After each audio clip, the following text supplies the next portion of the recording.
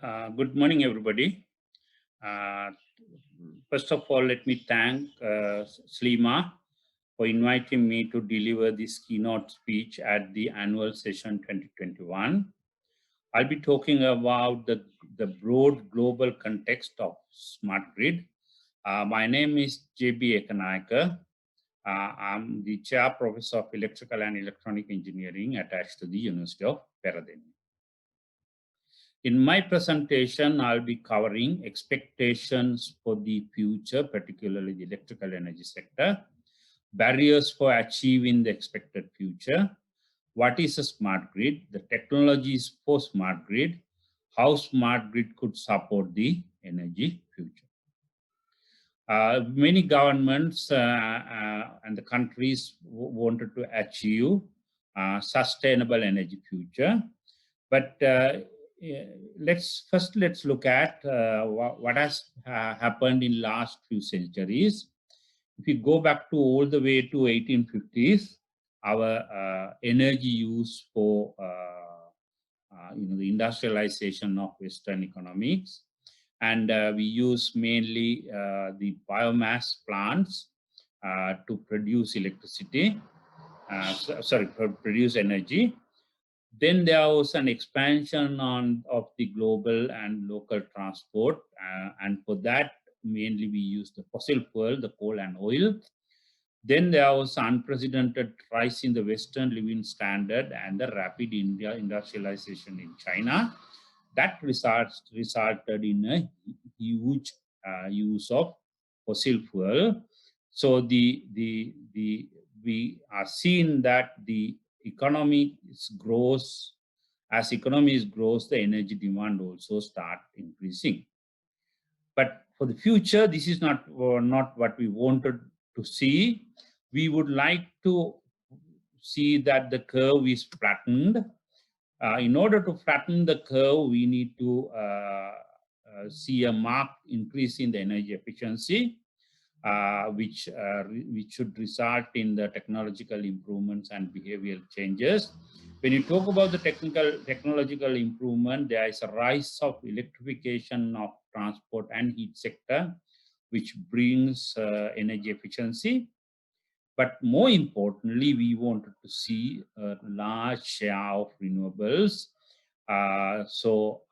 In order to see this, we need to look for the right technology to support the renewable additions. Now, when you look at the renewables, of course, we have the wind and solar dominating. The global cumulative installed capacity of wind is around 740 gigawatt. And what you are seeing here is the evolution of the wind turbine. Today, you can buy 15 megawatt single turbine for offshore applications.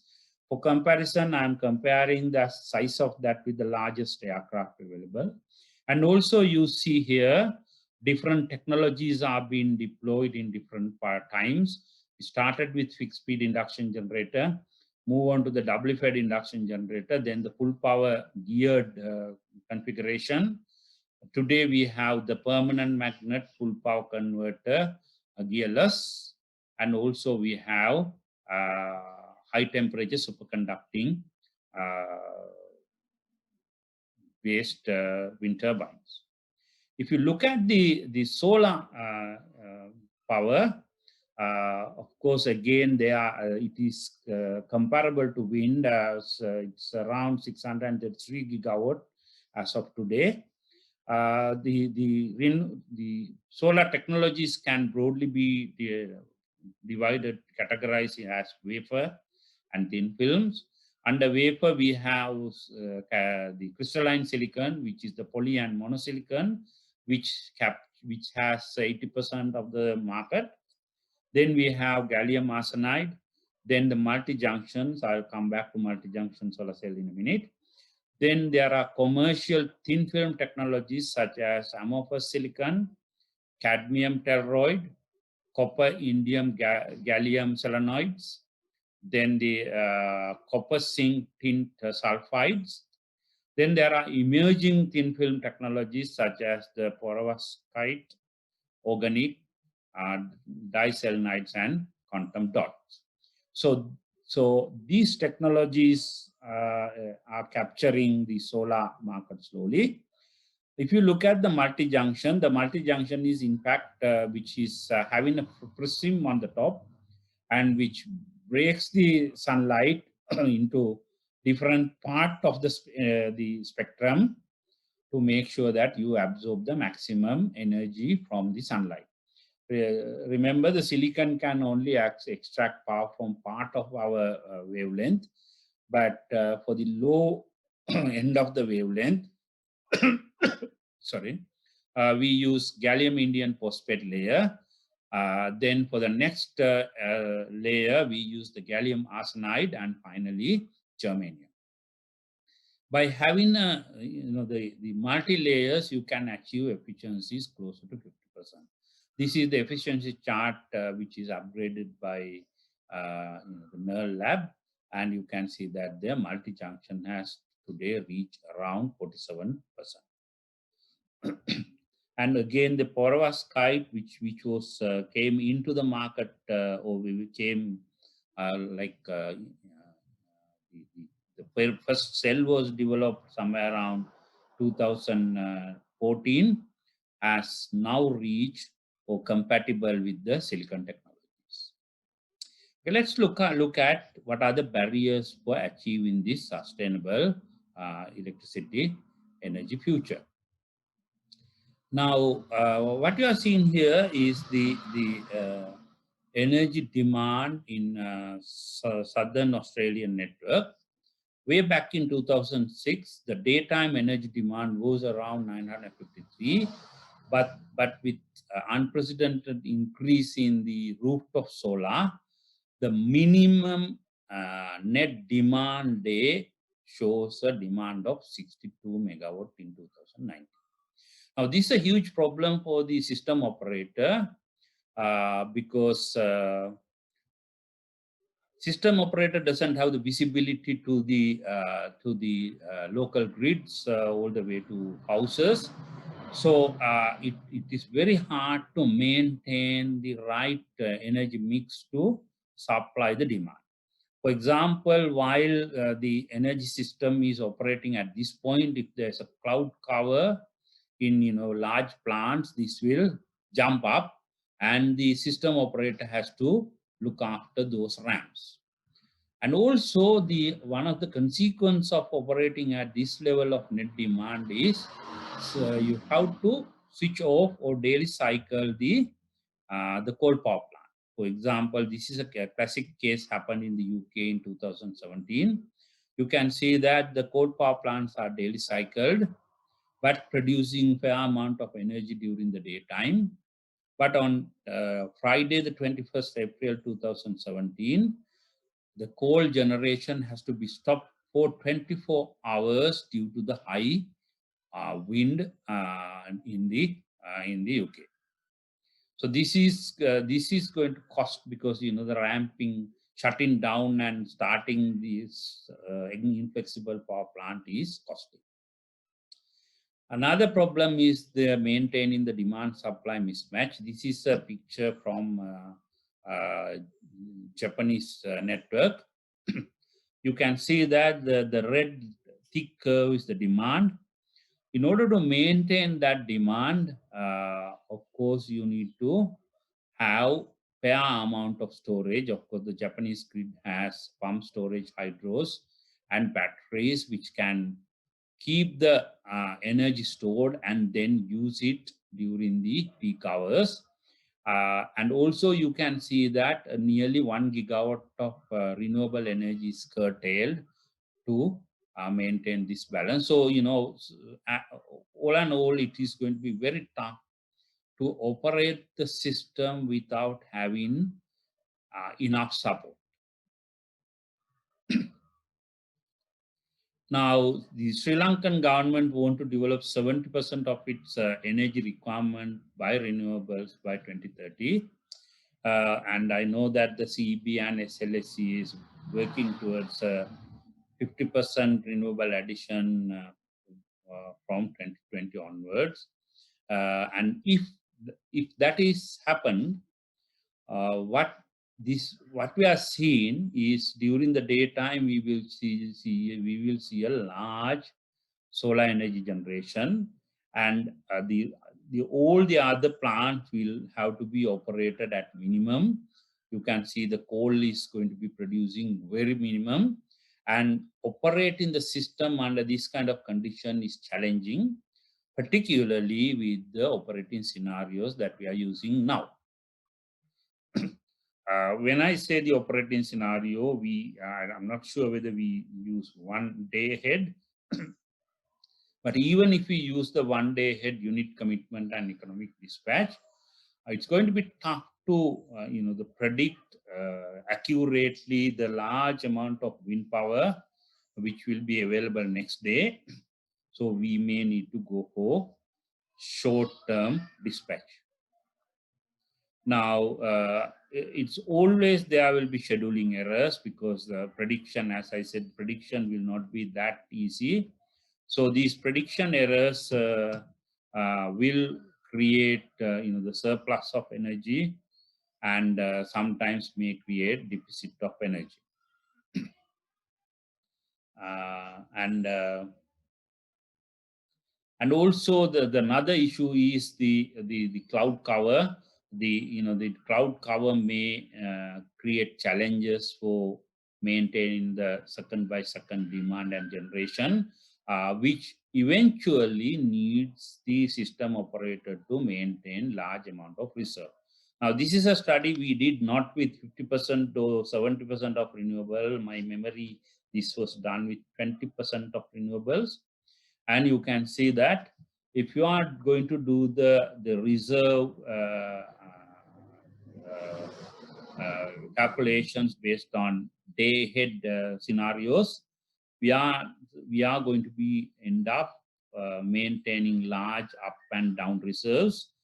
This is only the load following reserve. So one way is to go for short-term dispatch. In here, we are showing how you can reduce the reserve requirement if you go with 4-hourly dispatch. And in many countries like Australia, UK, they operate markets, and the market operates 30 minutes ahead.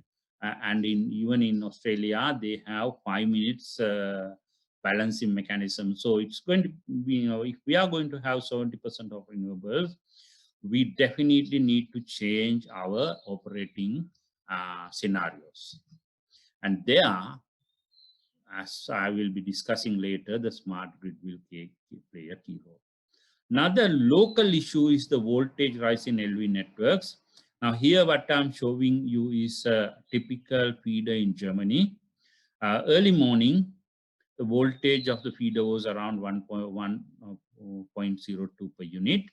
And the feeder was absorbing power from the national grid around 1,500 kilowatt.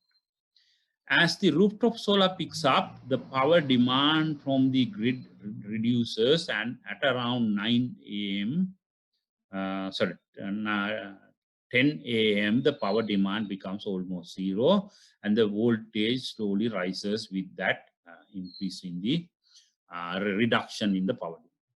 Then towards the daytime, you can see that this is reverse power flow. The feeder generate power and feeding back to the network, and the voltage has gone all the way up to very closer to the statutory limit. And also you can see the effect of the cloud.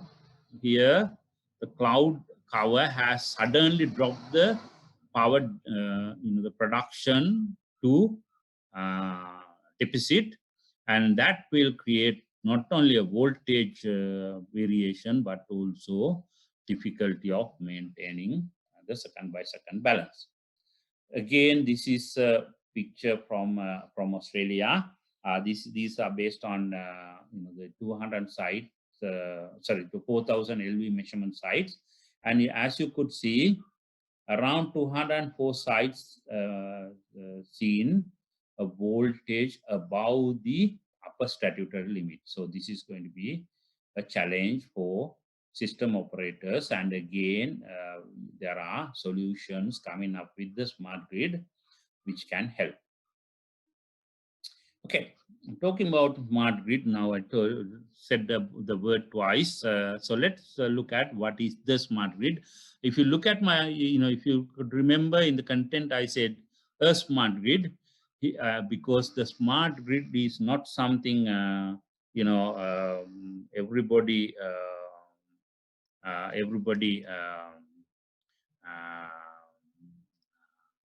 it's not unique to every country. It's something that we need to define. So let's look at some of the definition. But before that, let's look at the system we had. The system we had was, we had central generators, like a large coal power plant, maybe a large wind farm. They produce electricity, and then using transmission network, those electricity is brought to the load centers, and then we had the distribution network to supply power, or we supply power to the bulk consumers. So that was the scenario before, but with more and more renewables adding into various voltage levels, the system is changing. So if we look at the smart grid, which is going to be the future grid, we will still have our network layer. It will not be changed. We will have the transmission line, distribution line, substations, and so on. On top of that layer, you will start seeing the power electronics. There will be more and more power electronics coming onto different places in our network. Then we will start seeing the renewable energy and storage adding into our network at different voltage levels. We will also start seeing more and more sensors, such as smart meters, the voltage and current transformers, modern types, which are not the old CTs and VTs. Then we start seeing more phasor measurement units connected into networks. Then we will have the ICT layer. Different ICT protocols will come to be operated in different places, which I will discuss in a minute, and I'm sure the speakers later on will go into details. Then we will start seeing the distribution automation and modern control center. As we discussed before, why in order to get rid of many global issues in our network, our control center need to be responsive with short time periods, should be able to integrate the demand side and the supply side without any time delay. So this is going to be roughly the smart grid. Let's look at the definition. The European Technology Platform defined the smart grid as: a smart grid is an electrical network that can intelligently integrate the actions of all users connected to it, which is the generators, consumers, and prosumers, in order to efficiently deliver sustainable, economic, and secure electricity supply. According to the US Department of Energy, the smart grid uses digital technology to improve reliability, security, and efficiency of the electrical system, from large generation through the delivery systems to electricity consumers and a growing number of distributed generation and storage resources. According to a document published by the Department of Energy and Climate Change in the UK, it's defined the smart grid as the smart grid that uses sensing, embedded processing, and digital communication to enable the electricity grid to be observable, controllable, automated, fully integrated, interoperable with existing system, and with the capacity to incorporate a diverse set of energy sources. Now, in nutshell, the smart grid will enable real-time visualization of the power network, support enhancement of power system security, relieve system bottlenecks, enable system self-healing systems, and enable connectivity to consumers. Okay, let's look at how the smart grid can facilitate to overcome the barriers of the sustainable energy future. Now, one of the key component of the smart grid is power electronics. Now, power electronics can easily relieve the system bottlenecks and support the network in many ways. For example, we can this is the classical power equation, and you can always change the two voltages on two sides by using static power compensators or statcoms, which are basically reactive power compensators. You can change the numerator, which is the reactance, using the series compensated lines or the thyristor control series compensation. You can always change the angle between the two voltages using the phase shifting transformers.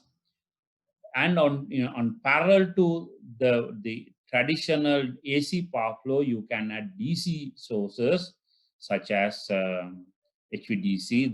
You can see certain names, classic. These are basically from ABB. The power electronics will play a key role, and it has already playing a key role in many systems. For example, in the UK, in order to meet the grid codes, any renewable energy plant need to connect one of these, the static power compensator or a statcom, because otherwise they cannot achieve the reactive power requirements specified by the grid code. And this is a classic case which was used to relieve the system bottlenecks in this. This is the HVDC link created between the Petersburg and San Francisco. Now, before this link, there were AC network, and that this diagram shows. So the diagram on the right top shows the the, uh, the, density of electrical flow in different part of this network, and the red area shows highly dense network.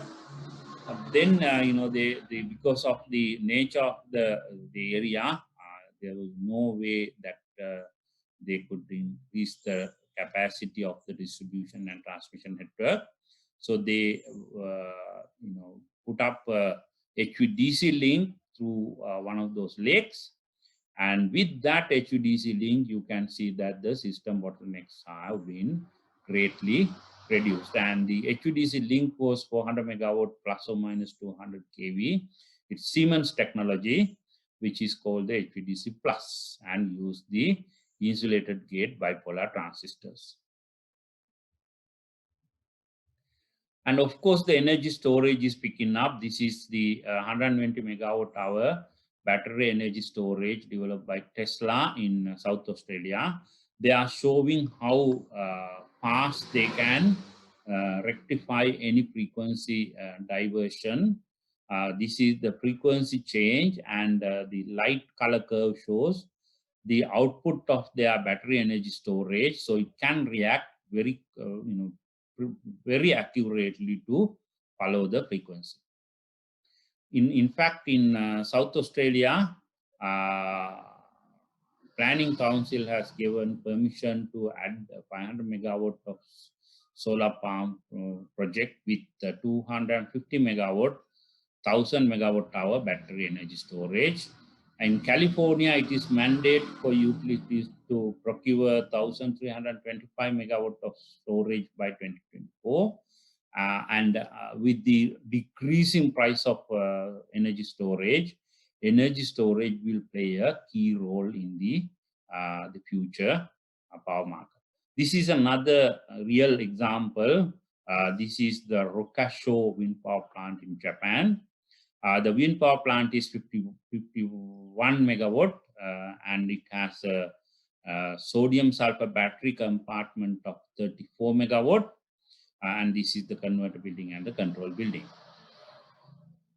And what you are seeing here is how fast the battery can support the dispatch order.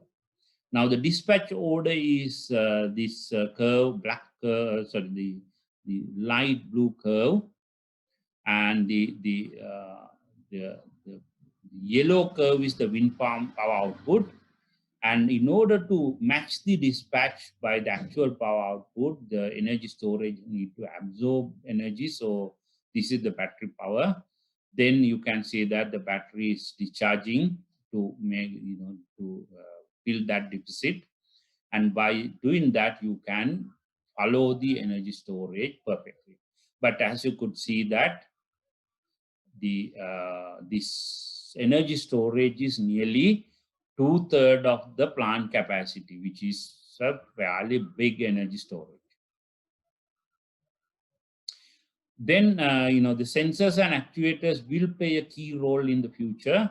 We will have smart meters installed in every premises, and these smart meters will send their measurements through a data concentrator to the data concentrators in the MB network, and then it goes to the control center. The control center will send various control actions to be done by, could be charging, changing the charge and discharge pattern of electric vehicle. It could be changing the consumption pattern through changing the temperature set point of air conditioners. All this comes back to the houses, and the house has home area network to manage the commands that are coming from the this is not the main control center. This is the local control center, which is looking after these MB networks. And the smart grid will play a key role in ICT infrastructure. We are already seeing many new standards coming in. Of course, the IEC 61850 is now the main standard for local area networks, especially within substations. We are start seeing the neighboring area network and the field area network. IEEE 812 will cover that. I'm sure the Ekanayake may touch upon these in detail. Then the SIGBee and 6LoWPAN will cover the basically the home area networks and maybe neighboring area networks. And we also can use the power line communication for the low end network. So there are standards coming in, technologies are coming in to integrate our power network to what we call a smart grid. And the distribution automation again will play a key role. And we are start seeing the sectionalizers, which can be pole mounted. I'll show you in a minute. Then they can be connected through remote terminal units to either agent-based controller or the local controller, where if there's a fault on this point, then what this agent does is it opens all the reclosers. These are basically sectionalizers. Then close one by one. You can close this. This is open now, so you can close this, so no fault current. You can close this, no fault current. So these are restored. If you try to close this, you will start fault current, so you keep that open.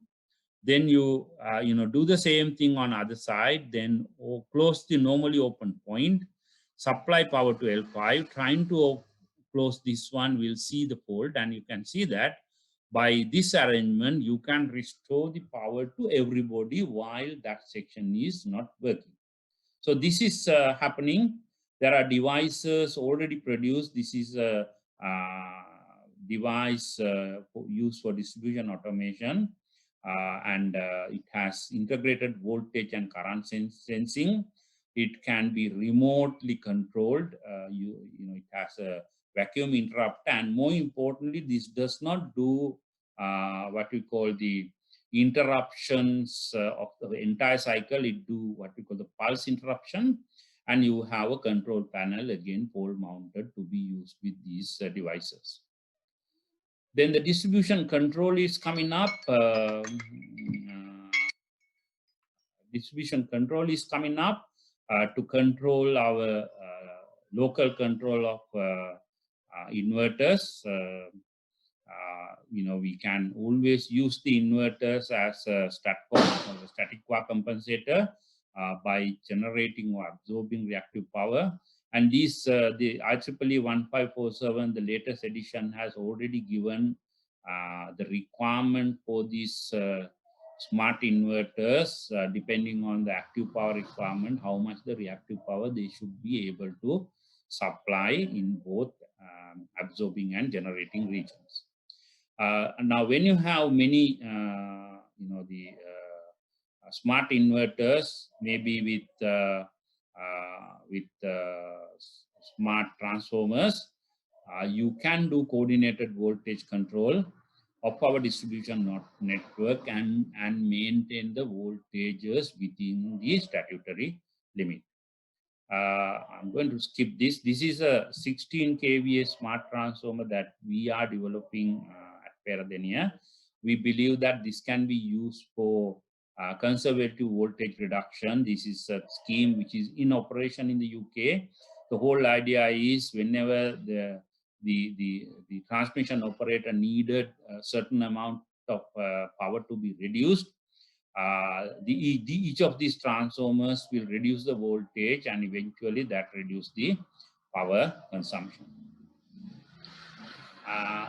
In conclusion, the many governments are expecting a sustainable electrical energy future by decarbonizing the energy sector. One of the main choices for decarbonizing the sector is adding more renewables, but there are barriers for renewable addition, and the smart grid, which is a collection of technologies, could support overcome such barriers. So thank you very much. I think I took 1 minute or so over, and apology for that.